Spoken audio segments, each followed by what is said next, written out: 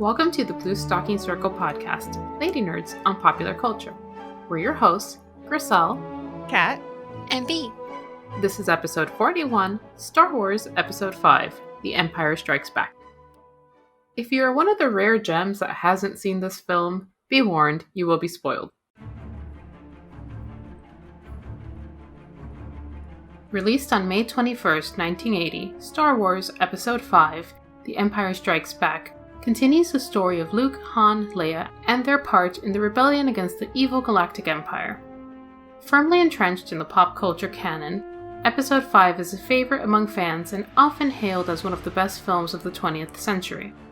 The highest grossing film of 1980, it earned $440 million, despite going beyond its original budget of $18 million to cost a whopping $33 million, making it one of the most expensive productions at the time. It's the dramatic, messy middle of the original Star Wars trilogy, and I am very excited to fangirl on this episode. But before we get started, our newbie B will give us her newbie synopsis. Sometime after the events of the first movie, Luke Skywalker, Princess Leia, Han Solo, Chewbacca, C-3PO, and R2-D2 are hiding from the Empire on an ice planet with the other rebels. When Darth Vader discovers their location, the rebels flee, going their separate ways. Leia, Han, Chewbacca, and C-3PO are stranded in the stomach of a giant worm repairing the Millennium Falcon ship, while Luke trains with the Jedi Master Yoda on a swamp planet as R2-D2 and Obi-Wan Kenobi's ghost provide running commentary. The characters reunite on a city in the clouds run by the stylish Lando Calrissian, and much fighting and carbonite freezing ensues. That is an excellent synopsis, and the best that can be provided. Thank you. You're welcome, and I'm willing to work for you, Disney+. Are you trying to leave us for Disney? It's a side hustle, in true millennial fashion. Well, let's get started with our origin stories. I already shared my origin back in our Star Wars / Spaceballs episode, but the short of it is, I watched the series as a wee one, forgot about it for years, saw it again when they re-released it in theaters during the mid to late 90s, and the rest is pretty much history. It's one of those stories I saw during my formative years and became a big part of my pop culture identity through middle and high school, as with so many of our episodes. And I still love the original trilogy, though maybe not with the obsessive geek passion of my teens. And call me basic, but this is my favorite episode. Kat, how about you? Well, when I was in high school, I took a class which ended up being one of my favorite classes, a mythology and Arthurian legends class. And my teacher showed A New Hope to kind of give us a modern hero's journey story. I felt pretty meh about it, but this was also around the time when A Phantom Menace was coming out, and my friend Danielle, upon learning I had never seen the rest of the movies, promptly scheduled a marathon viewing of the original trilogy at our next sleepover. I confess that by the time the gang was arriving at Cloud City in this movie, I had fallen asleep, and I woke up later to see Han and Carbonite and was thoroughly confused. I can see how that might be extremely confusing. It feels like the time that I had to miss school for like a week while we were reading Macbeth and suddenly the trees were moving and I was like, what is happening in this play? So I can't imagine trying to binge these, to be honest. I think they're very slow and I too would fall asleep. B, how about you? Well, first of all, I am so relieved you said they're slow, because I was wondering if that was a controversial opinion. I nearly fell asleep as well. But my general Star Wars origin story is in episode 8 of this podcast, so I won't repeat it. But this episode is my Empire Strikes Back origin story specifically. I had never seen the movie before. It was both my first and my last time watching it. I think that's the general theme with a lot of my episodes. It is the first and last time you will ever enjoy this thing. Or not enjoy them, let's be real. I really thought I would like this because I was pretty okay with the first one, and I thought it was only uphill from there. But I actually liked this one a little bit less than the first one, and I'm thinking it's because the novelty had worn off, and well, we'll get to my thoughts later on. This was not what I hoped they would be. I have a lot of thoughts that I want to share. Let's go into general discussion before we get into our ship wars, because I think that's where we can break down some of these things. I'm excited to talk about these things. Building on this idea that you didn't love this one as much, I think it's a perfect example of when you're writing a story, the middle is the messiest. And this is essentially a 3-part story broken into 3 separate sections. And if you're not 100% invested in a lot of the sort of side tangent stories that the Star Wars universe has, like, really just nurtured, even right from the very start, like, there was fan fiction and novelizations right from the very beginning of this series. It's easy to not get invested, I feel. And I think because it's become such a huge pop culture phenomenon, a lot of people forget that there is a pretty high level of entry to get into these films if you're not like 100% into learning all the details. And the middles of most stories are messy. And even though I love this one, I can see it, if I look at it critically, that as far as a story, there's a lot going on. There's a lot of plot threads. And George Lucas did like do some weird editing stuff that happened between the different reissues of these films. So he kept trying to add things that I don't always think added to the story. I think sometimes it detracted or took away from the original cinematography or even impact of certain lines. And then you have what we will, I know, talk about in Ship Wars, the Han, Leia, Luke love triangle that was supposed to be a love triangle, but wasn't because they took out the person who was supposed to be Luke's real twin. And it's a cautionary tale and figure out your endings before you write your story, guys. Like, don't get here. Oh, I didn't know there was another person or another character who was meant to be his twin. Yes, I don't remember the exact name. A lot of this is knowledge that I had, obviously, like in my teens when I was obsessively diving into these stories. So I had to backtrack because I was like, let me get these factoids right. So there was originally another twin that was supposed to appear. That's who Yoda is supposed to be hinting at. And then somehow between this movie and the next movie, they were like, let's make it Leia. And that made for some very interesting plot threads that were then quickly wrapped up in weird ways. Whoa, that Yeah. is crazy. I did not know that either. And that does explain some of the weirdness with this movie, not just with their storyline, but like you said, just being sort of a middle part of a story. And I Mhm. feel like part of what is hard for me to watch these movies is as an outsider, there's so much built up about this whole world. And I feel like the people that I have watched this with are like in deep and know so much about it, and there's so much backstory to all these characters, like you said, in like separate novelizations and like offshoot things. But if you're just like trying to like watch the movies, it actually is sort of, I don't even want to say it's hard because in fact the story is pretty basic. There's just so much like built up about it, and you know that there's like a whole pop culture world built around this thing. It's very impenetrable, I will say, and it's hard to just be like a fan who pops in and watches one thing or another. It's like, oh, you don't love this series and it's not the thing that you're obsessed over, then you can't be a fan at all, is sort of like the attitude I've always felt from it. So it's always been a little like weird to me, but that's crazy and very interesting. And I agree. They should have figured out the ending. And I have thoughts about what should have happened with Leia, but I'll save that.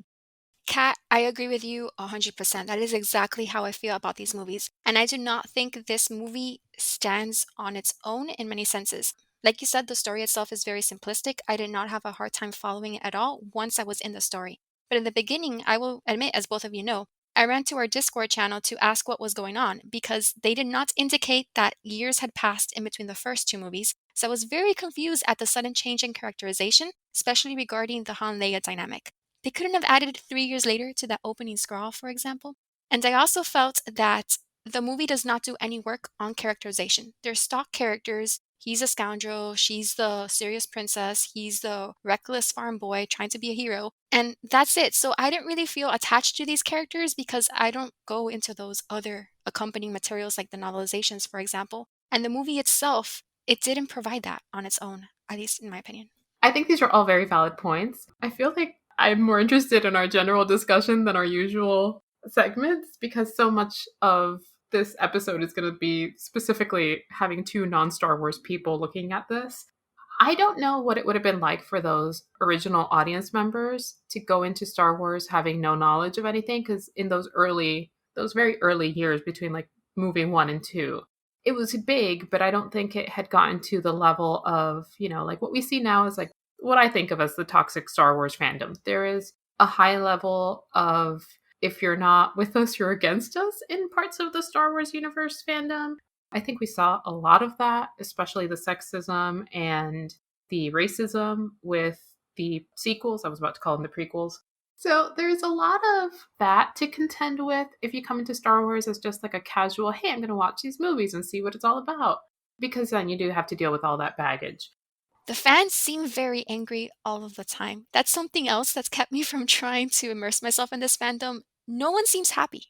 Honestly, I feel like if I was coming into Star Wars at this point in history, I too would not be involved in the fandom. I am currently not involved in the fandom. Like, I do not dip a toe into the Star Wars fandom because I don't want to be around that kind of like angry fanboy situation.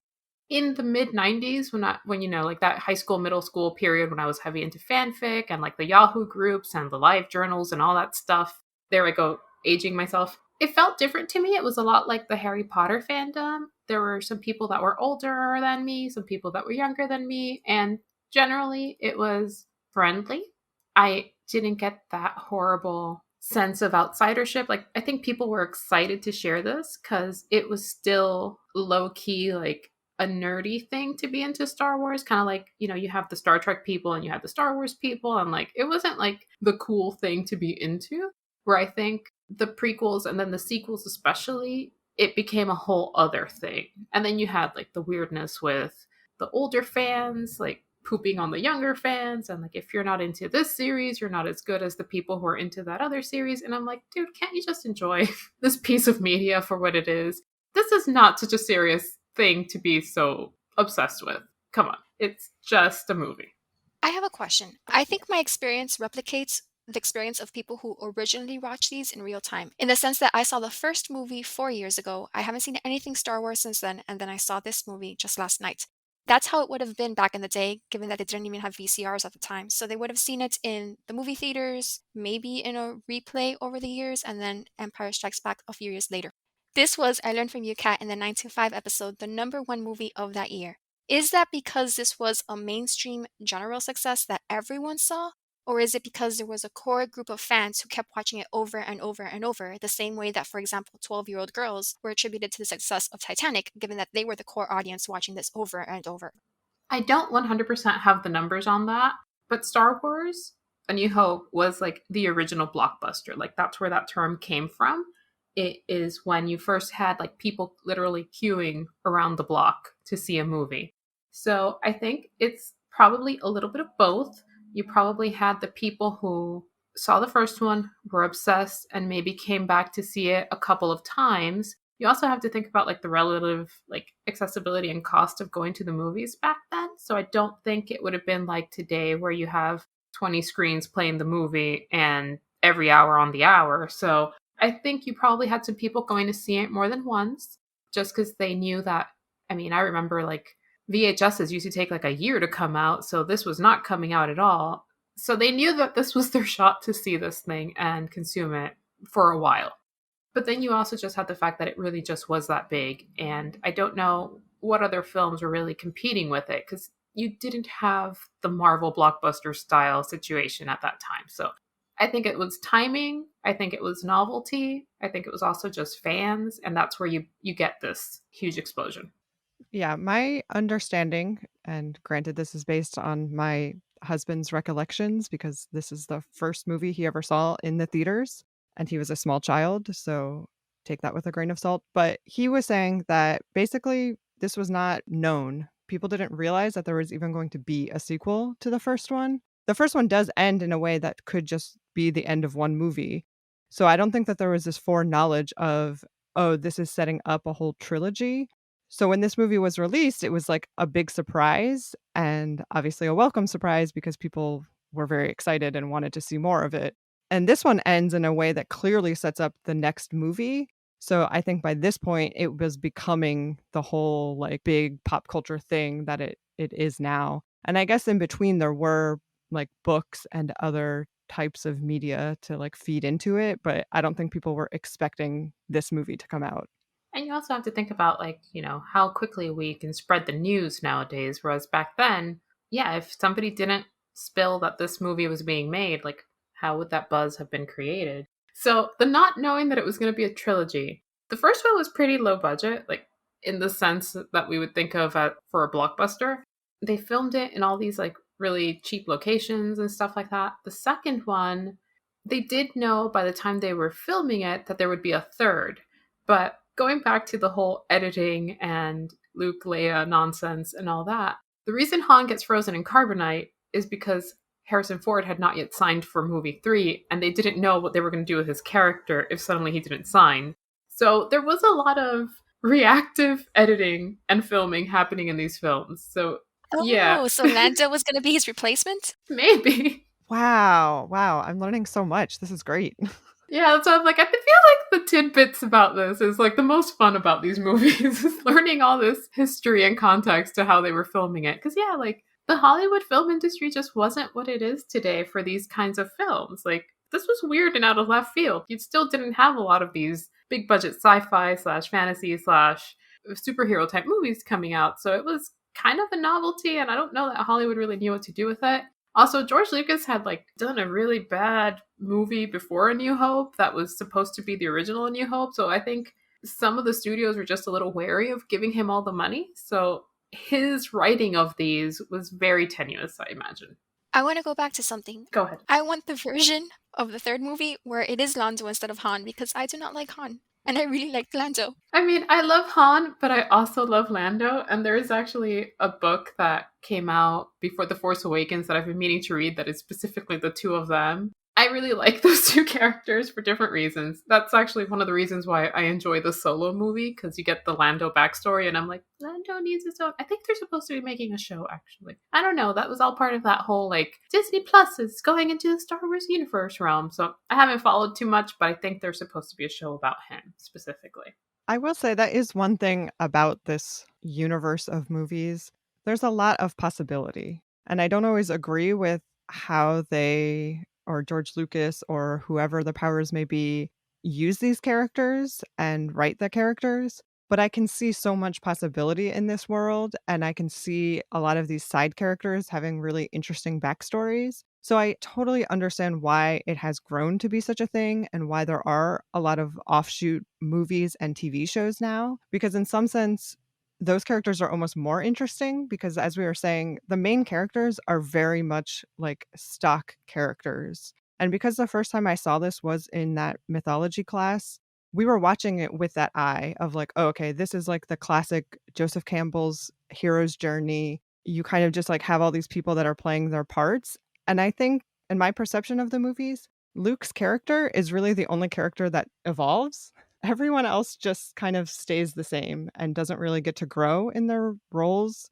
And some people even digress, which I have a lot of feelings about Leia. And I feel like she, and especially in this movie, really kind of flatlines. And it's very upsetting to me because I want so much more for her and for that character because it is a great character and there's so much that could be done with it. I think that's one of the reasons why Star Wars does, like you said, lend itself so well to fan fiction and to the novelizations, which are obviously like Lucasfilm approved slash Disney now. So those are more like tie-in stories, but I will say that they've always allowed the authors to be pretty loose with what they do with the characters, because the Legends universe was massive and took these characters in a bunch of different directions.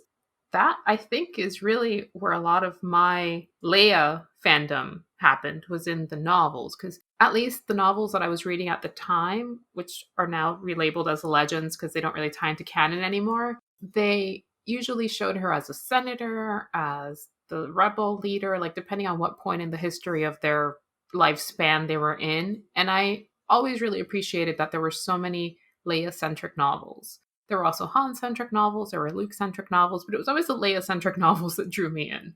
Any final thoughts before we go into our ship wars?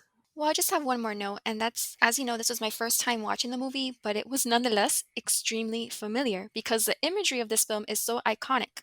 I recognized almost every set and plot point in the movie and every line merely from pop culture osmosis. And the one moment that was completely new to me was when the dining room opened in the Cloud City to reveal Darth Vader at the head of the table. Somehow that particular scene had not been spoiled for me over the years, and I thought it was wonderfully filmed.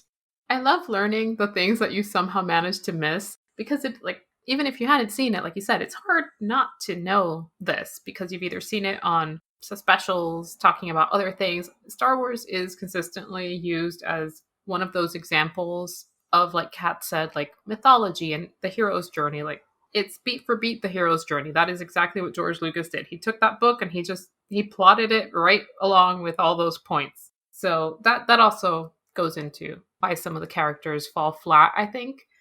Just because it is supposed to be just like the journey of this one character. But overall, yes, like it's very iconic. I actually was listening to another podcast just this week, not Star Wars related, but they mentioned that Star Wars specifically is known for silhouettes because George Lucas did it so that anytime you see a character's silhouette, you know who that character is because they all have very distinctive silhouettes. Like you just know that's Leia, that's Han, that's Darth Vader. You don't need to see their faces or anything about them, but their silhouettes are each unique. And I think a lot of thought went into just the art and set and direction of these films.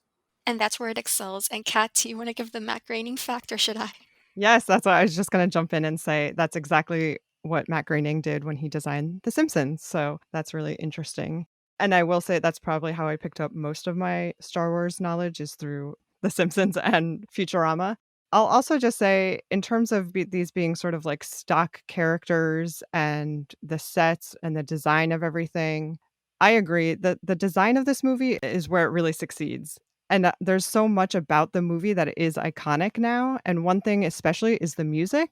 This movie is basically just a space opera. The music is so vital for the story. It's basically telling you the emotional like beats of the story. The writing does not do that. The story is like pretty simple. The characters are pretty basic. In a way, that's how a lot of operas are. You have these kind of stock characters and you just like have these musical flourishes to tell you what their like emotional feelings and desires are. And there's even like reoccurring themes of the music. Obviously, Darth Vader's music is the most memorable or known, I would say. But yeah, this movie is basically just a pretty successful space opera. So I appreciate it for that aspect. I love the score. I think it was my favorite part, except perhaps the little unique wipes that they use. But I will say the one moment that did not have music that caught my attention was when Luke was training with Yoda in the swamp. There was no background music at all in that scene. And I kept wondering, is there like an Eye of the Tiger adaptation of the scene where someone just pops that track in the background? I'm sure somebody has made that cut. Someone on YouTube has it. I had never noticed that specifically about that. It's not quite a scene, it's a very long segment of the film. I hadn't really paid attention to the fact that there is no music there. I will say that as far as the sets go, one of the things about all the very many edits that George Lucas has done after the fact is that this one in particular was enhanced significantly to make it look more like a like Cloud City, especially like more like a real city. Like you see more than you would have in the original. But even then, they were working within the scope of sets, like sound stages and stuff, and it's still pretty elaborate. Do we have anything else to add, or are you ready to move on to Ship Wars? Ready? Let's do it. But am I ready, I ask? Let's go into Ship Wars. I don't know if I am ready for this segment. There is an obvious ship here, unless you're into the taboo Luke Leia thing that we talked about. It is the one true ship, in my opinion, and I will fight anyone who says otherwise, though I mean this in the most joking way possible. I still have no cool. I am a Han and Leia shipper through and through, and that is one of the primary reasons that I couldn't get behind the sequels too much. There are other reasons, but my big pet peeve was that they did the thing they did to Han and Leia's relationship. And in B terms, it's about as bad as the X-Files reboot. It's only mildly less painful because that was pretty bad. But that's how I felt about what they do to their relationship in the sequels. And alas, I have no objective commentary. I love it. I stan it. I don't care what you say. Makes me want to dive into old school fanfiction. I do want to hear what you have to say, but please give it to me. I know that you're OTP, so I don't want to say much, but I did not care for them at all. It was pretty I much am not just nonstop. surprised. Yeah, it was nonstop sexual harassment on his part. It was that thing we always talk about, you like me, no, you like me, no, you like me. And she keeps saying, no, I don't like you. And he keeps insisting that she does. And then finally, it's like, oh, okay, I guess she does. But I don't know, it didn't work for me at all. And I was shocked by how far Luke and Leia went. Knowing that they were brother and sister from the moment this movie started, I knew there would be some awkwardness, given the flirtation in the first movie, which was mostly from his end. But when Leia just starts making out with him in the hospital wing, my goodness, I did not expect that much incest in a Star Wars movie. So much incest. Actually, that brings me back kind of into our general discussion conversation. So, as I was doing some research for the episode and like relearning some of the stuff that I had kind of not really been consuming in a while, I came across this one particular YouTube person's edit of all the stuff that was cut from the original film. And there were some major differences in how they set up Han and Leia, where if you think that this is bad, that would have been a completely different story. Let's just say he calls her the B word in that one at one point, and she is the worst person I have ever seen. It is bad.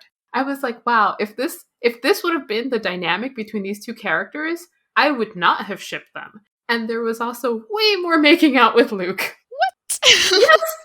And when I watched it, so the boy, he was like, well, I'm going to revoke your Star Wars cred because I can't believe you don't remember that you've seen these before. And I'm like, I don't remember seeing these scenes. I feel like if I had seen these edits, I would have been more flabbergasted in the past. Maybe I did see them on some special edition. But there's so many special editions You that have repressed come out. them. I repressed them. They're awful. I was like, wow, I would not like either of these characters. Like, neither of them were redeemable as a couple in any way, shape, or form if those edits had stayed in. And there were a few edits from like all the major iconic scenes. But yeah, he calls her the B word and like a frigid ice queen and some other stuff, and she says some terrible things to him too. Oof, yikes. I will say, I think that their dynamic is a very classic Hollywood one. Yes, And I could, yes, that is yeah. exactly what it is. So, like, I can appreciate it for that because I do love those old Hollywood movies, especially ones of the 30s and early 40s. There's a lot of that kind of like back and forth, spewing quippy dialogue to each other, and you think they hate each other and then they're kissing. I get it. And I could almost see all of Harrison Ford's lines coming out of Clark Gable's mouth. Except that I find Clark Gable way more appealing. And I'm going to confess that I do not like Harrison Ford. I don't get his appeal. I don't find him charming, not just in this movie, but I think in all movies. I don't get it. And so I respectfully see that I probably am in the minority, and I can just like not even frame a ship with him in it because I just don't like him at all. I feel like I should interject and tell you that on this podcast, you are the majority. Yes, I'm so relieved to hear I'm not alone in this corner. Yes. Oh, me too. I'm like, I've always been alone in this thought, I felt. I am alone in my admiration. But yes, it is based on that very classic Hollywood dynamic of a little bit like rakishness on his part and a little coyness on her part. And then eventually they do end up together into the sequels and everything. But I do enjoy an alpha male, so whatever that says about me, that's what I'm into. I know it's like an iconic line or whatever, but the scene before he gets taken away to be frozen and she tells him that she loves him and he says, I know. I screamed out, "What a jerk!" Yes, it makes my skin crawl. I have hate more. it. I have more hate it so factoids. much. So the Okay, tell story us. behind that is that. So I mean, like if you go way back, like Harrison Ford and Carrie Fisher had an affair during the first movie, so that's kind of where some of their chemistry comes from. Carrie Fisher at this point was already, I think, established as a writer, or like just becoming established as a writer. I mean, she'd been writing always, like she had always been writing, but I think by that point she had maybe already published something. And Harrison Ford changed that line. It was supposed to be like "I love you" and some like reciprocal "I love you" back. And Harrison Ford changed it because he thought that Han Solo's character would be more like cocky or something. And she was pissed off that they let him change the line and didn't consult her. And it like led to like this rift between the two of them for like the rest of the series because she was like, I'm the writer. I should have changed the line. I would have loved to have more Carrie Fisher input into this whole series. Yes. I will save my thoughts for Feminist Rant, though. I think we can go right into our feminist rant then. As I said, I can't keep my cool, so to each their catnip. Han is indeed handsy, and that is okay with me. I do think that Leia comes into her own in this one, but as you guys are seeing this as outsiders and not invested in all the other media, I can see how that falls flat in the film. But she is one of my favorites. She is one of my favorite early feminist icons in the media. So that's all I have to say. I'm enjoying the banter and conversation. So please give it to me. The first time we covered these movies on the podcast, I said that I liked Leia and that I hoped we would see more of her. And you and Ashley both promised me that we would. And that was technically true, in that we saw a lot more of Leia in this movie, but I was extremely disappointed that she basically did nothing the entire movie. She didn't have her own action set piece. She had one pep talk with the rebels, and that was pretty much it. And the rest was just being subjected to Han's quote unquote quips. I was so disappointed at seeing how Leia was portrayed in this movie, given her outsized influence on pop culture. And as you're saying, Grisel, that seems to have been brought in from outside sources because her amazingness was not evident in this movie, in my opinion. I think that some of it is because Leia's character is essentially a politician. I would say that her character is, even though we get more of her, she's never the big action character. Like even in the sequels, she's not big on action. She's more just on telling people what to do. I think the moment when she is most active in this film is after Han gets frozen in carbonite. Like she doesn't collapse in the way that you would assume the traditional Hollywood female character would have been used in that way. She takes action. She sort of fights back a little bit within whatever she can as she is being hauled away and sees Luke and like tries to warn him. And she then drives the Millennium Falcon, which is like a big thing because Han doesn't let people drive his ship. So the fact that she even knows how to drive his ship kind of tells you a lot about her knowledge just in terms of handling the intricacies of the spaceship shuttle thing, and that Chewie trusts her in that role. So I think that's more of the subtleties that only like the fans really care about.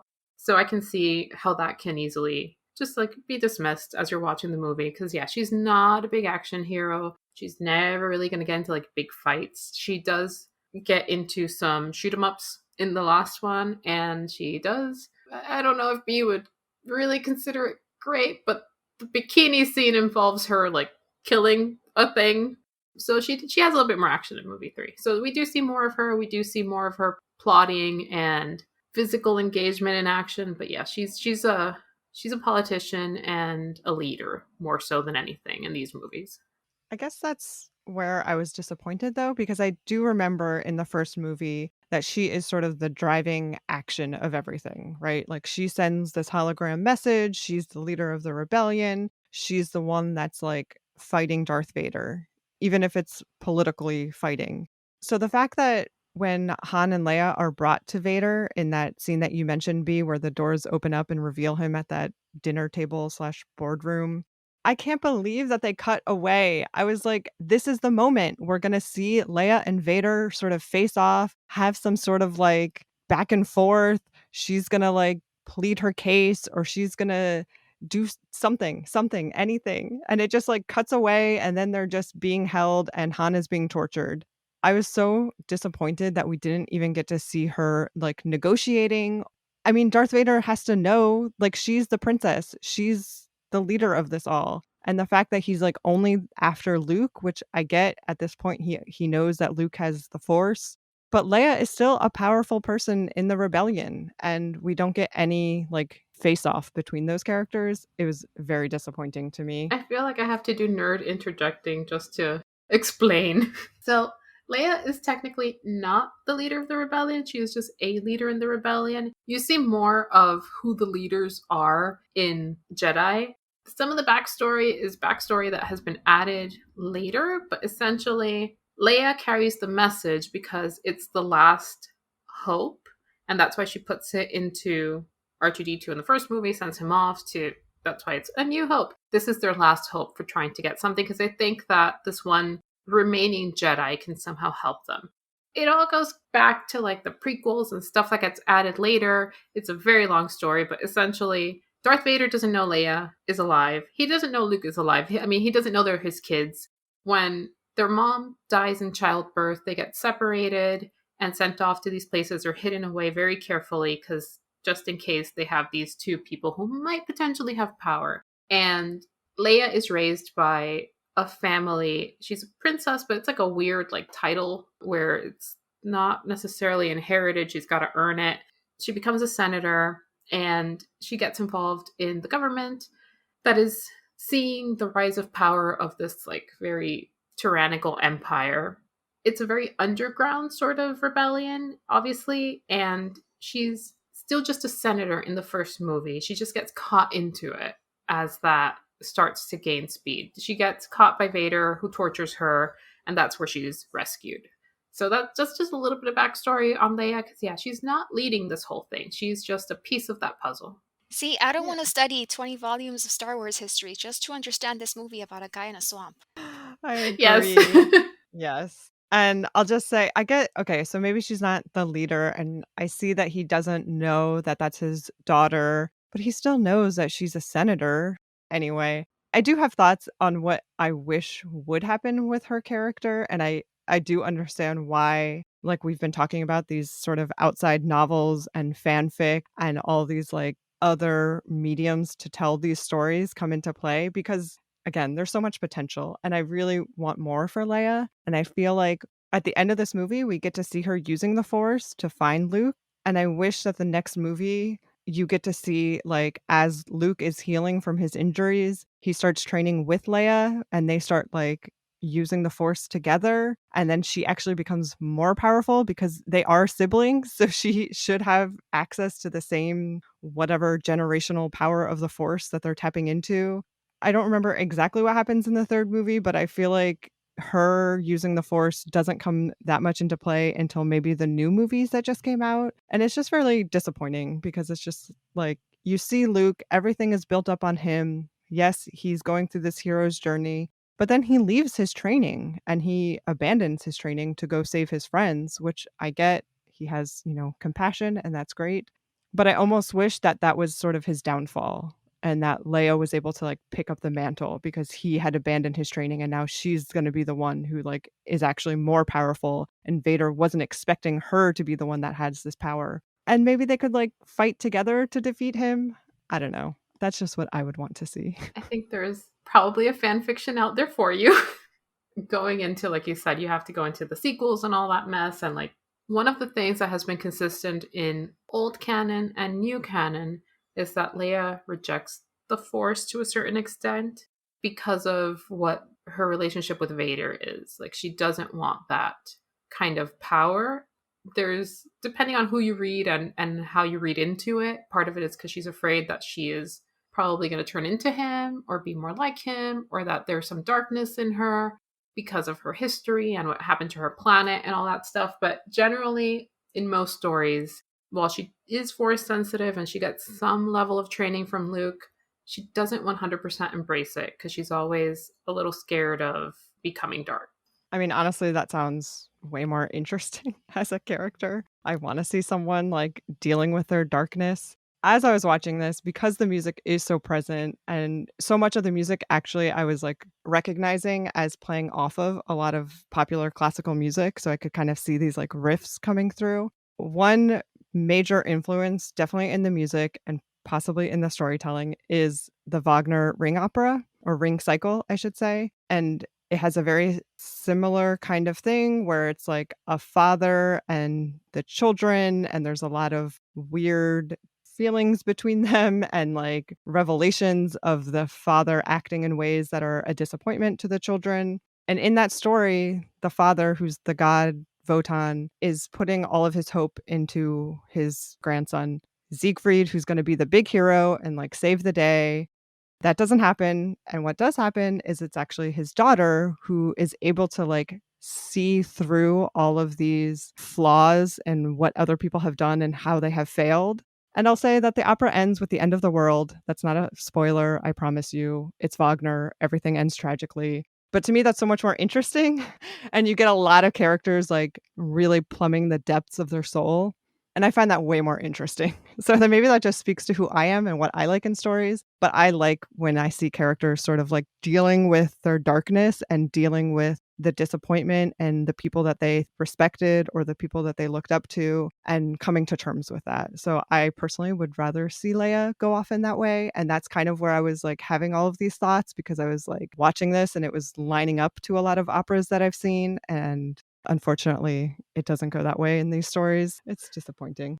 I feel like the sequels may actually be more to your liking because I would say that they're way darker. I don't 100% love them. I don't 100% hate them either, but they do end tragically. Kind of a big spoiler, but at this point, yeah. I have seen the last like hour of the last movie, so I do know that. But I snuck into that movie while seeing a different movie, so I saw the last bit of that. I did not like it though, so I don't know if those are for me. It was not great. I would say that Star Wars is definitely very operatic. And I also would say that we're starting to deviate, so let's go into Catharsis Corner. As I said before, admittedly, I never really looked at Star Wars with a particularly critical eye before the podcast. After our first foray, however, I am now hyper aware of the swipes, thanks to B. And I am also highly aware of the Jim Henson Wendy Froud elements in a way that I never really quite paid attention to before. Yoda and Willem the Worm suddenly looked very familiar to me. And, he just wants to take you home to try his stew. I wish Yoda had a Cockney accent. That would be an entirely different sort of story.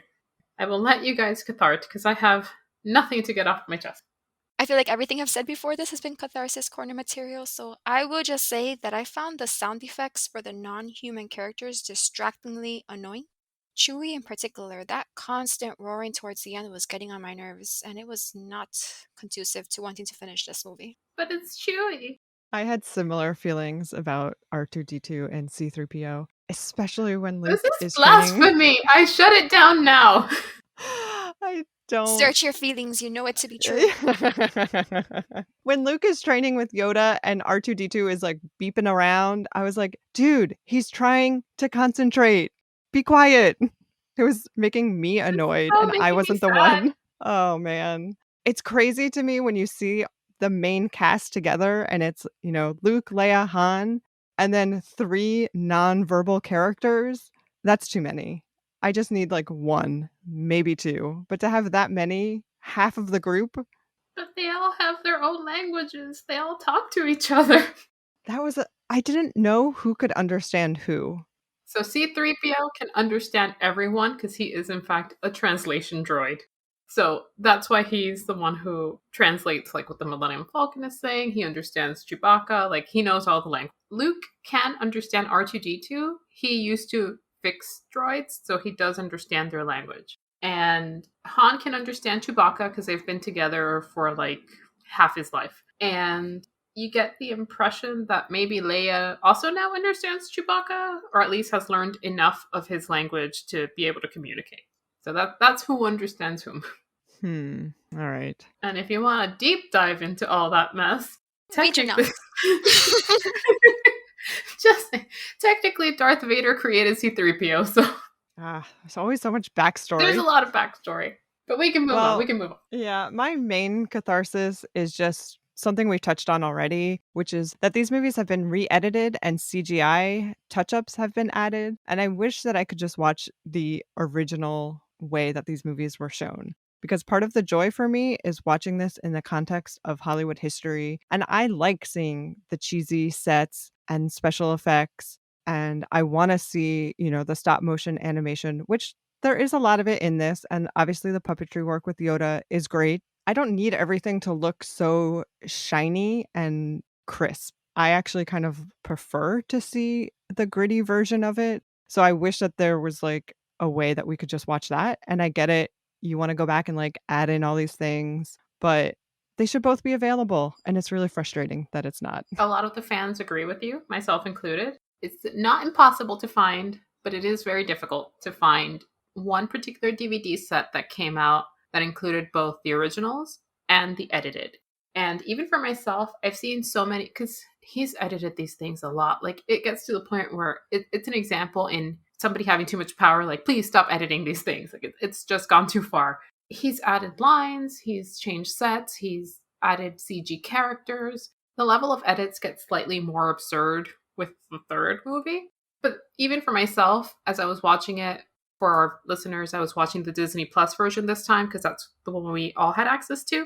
So I was like, let me watch the thing that everyone's watching.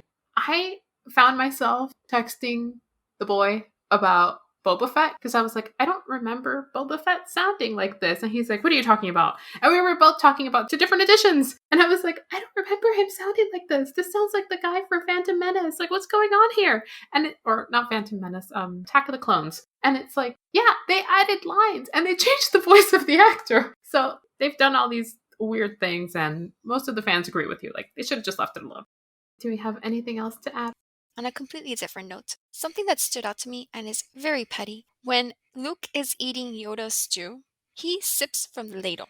And then he puts the ladle He back double into the dipped. general pot. Even though he has, yes, I was so annoyed.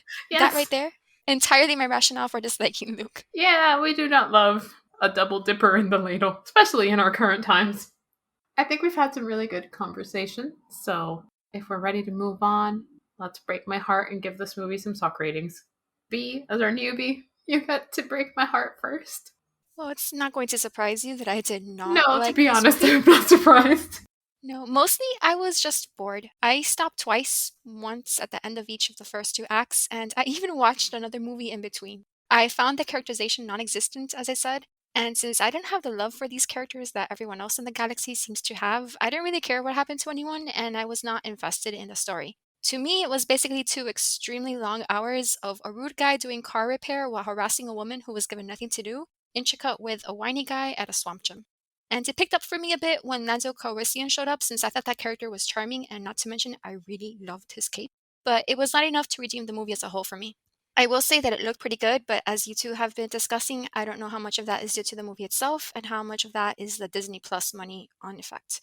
In any case, I'm going to give it 2 socks, and that includes a bonus sock for another brilliant John Williams score. I will say it's actually not Disney's fault that they look this way. That is all on George Lucas. He's the one who made all the upgrades to it. I'm glad they left that ridiculous ice monster at the start, because that was the biggest laugh I had the entire film. It's actually one of the edits. What? Yes! you didn't see too much of him in the original. Like, you just kind of like saw him when he attacked Luke, and then you saw him like smacking things around. But you didn't see all of him in the original. Like I said, some of the stuff, it's like, dude, what were you thinking? Yeah, Control Z, Control Z. Kat, how about you? Well, I will go with a solid 3 socks. So hopefully that doesn't break your heart too much. I really don't see myself ever craving a rewatch of this movie, but I do think, based on my admittedly vague knowledge, I think that this is the best of the movies. And I think that if you just saw this movie, it seems like you probably get everything that kind of Star Wars represents. It kind of has a lot of the themes and the tropes. So I can appreciate it for that. But I'm giving extra points because I do think, in the context of film history and blockbusters and sci-fi movies, that this obviously is extremely important and has had lasting impact on pop culture and filmmaking in general. I can accept all these rationales. I will say that I am, in fact, a trash fan, and I give this a forced sock rating because the Disney Plus version, which, as I said, is really like the George Lucas edits, messed with my mind and made me question what I knew and what I had seen. But I still love this movie. I still enjoy it. I do take breaks in it. I think I enjoy it in the way that, like, going back to reread a book that you've read a million times and you just kind of like go to the scenes you love. So I wouldn't say that I watch it from beginning to end that often unless I'm like settling in to watch this thing as a whole. I did do like a full rewatch before the sequels came out, just for funsies. And I mean like a full rewatch with all the prequels too. And yeah, like I don't ever see it all in its entirety unless I'm really willing to sit down for 2 hours. I will just hop in and see my favorite scenes the way I would just hop into a favorite book. Let's go into our reading recommendations.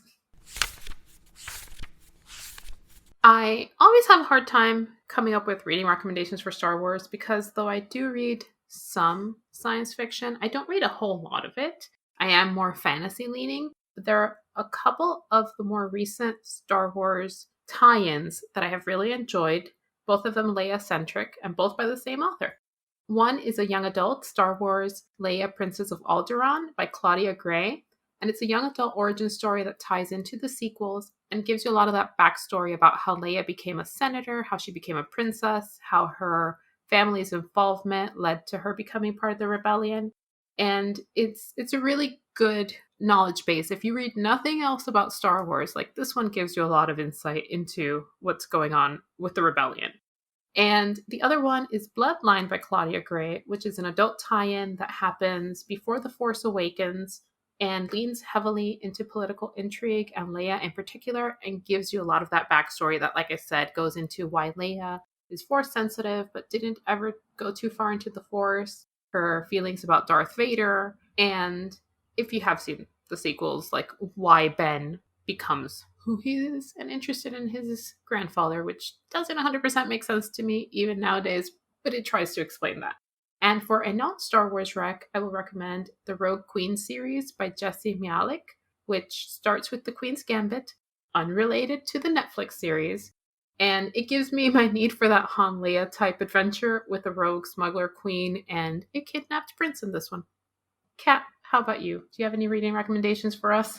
Well, I was stumped on reading recs because, like you, I don't read a ton of sci fi. And when I do, it tends to be more humor based and not so serious, which I think Star Wars is pretty serious overall. But then I thought about how I was first introduced to Star Wars and I went back to the classics. So I will recommend Edith Hamilton's Mythology, which was the first compilation of myths that I ever owned. And I recently bought a fancy special edition because I wanted to revisit, and I've been reading them these past few months, and it's been great. And it's always fun to dive into these classics of storytelling. I like this edition or this version of these myths because she does a really good job of kind of laying out the different versions that she's pulled from and the different sources and the choices that she made to synthesize it into a very digestible and short read for each of the myths. For viewing, I have a couple. So I mentioned that I enjoy these movies because, in the context of Hollywood history, it's really interesting. And I think that these movies are sort of an apex of a very particular style of B movie sci fi genre. In the 50s and 60s, there were a ton of these movies where there was a space mission, a crew that involves just one sassy lady, multiple robots, and usually some sort of evil overlord. So I thought I would recommend a few of my favorites of the genre, which I'm sure influenced George Lucas. The first one is called Forbidden Planet. It's a classic of the genre. In this movie, it's the 23rd century. A group of space travelers land on a planet.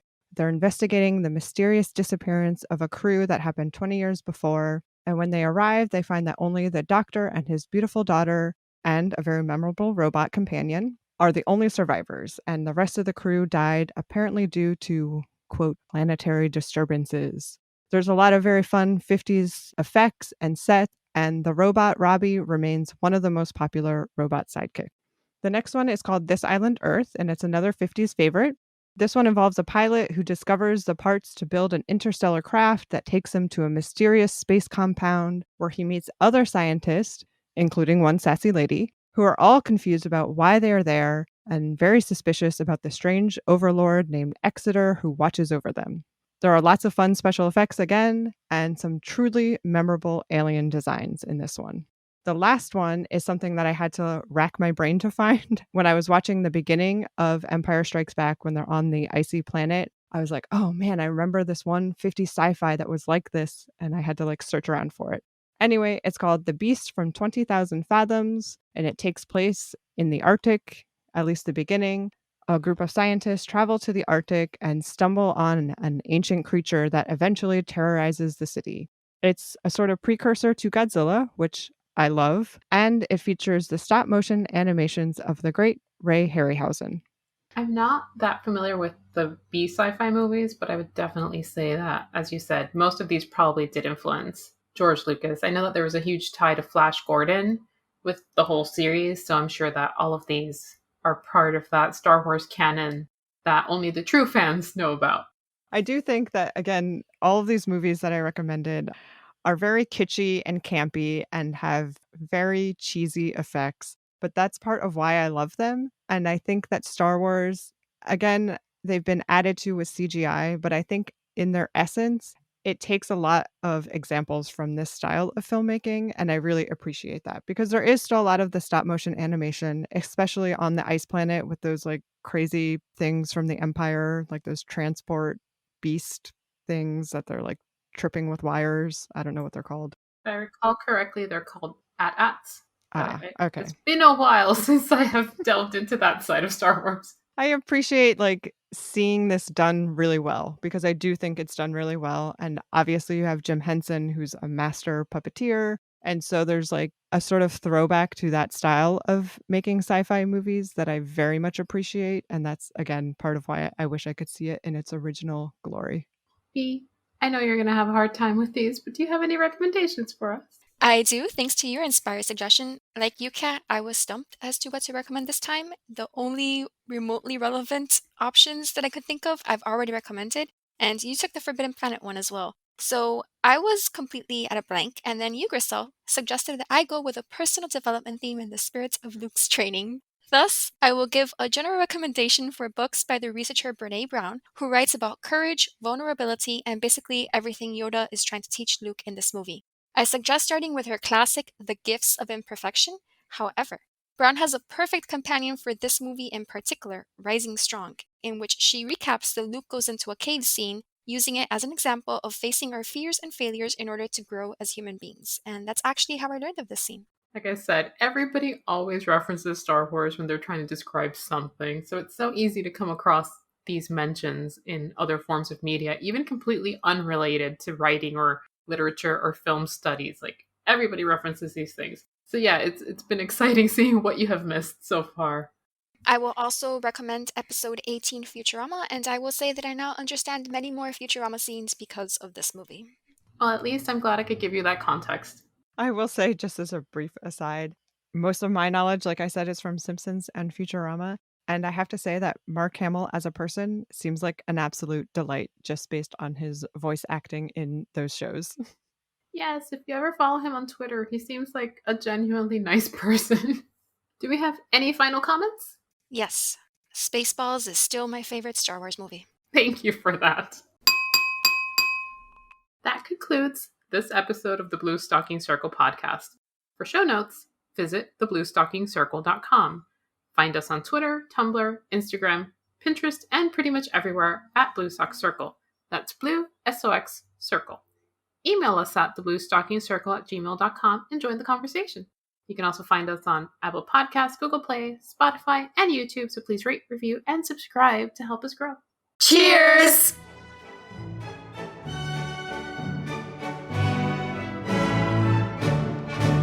You are here? Both of you, Kat? Yeah. Okay, good. There's a blooper right there, like 10 seconds in. Trying to be silent. Yeah. I think I'm a little scared from what happened earlier. Okay, we're all here. I'll be quiet now. Now I can't stop laughing. Okay, bring it back. Bring it back. I'm gonna laugh again. No, this is a bad start. Yeah, it's a good start. Laughing is a good start. Okay, I can do this. Okay, Are we all here? it looks like it's Yes. working. Yay! Oh, I think okay. so. Yay!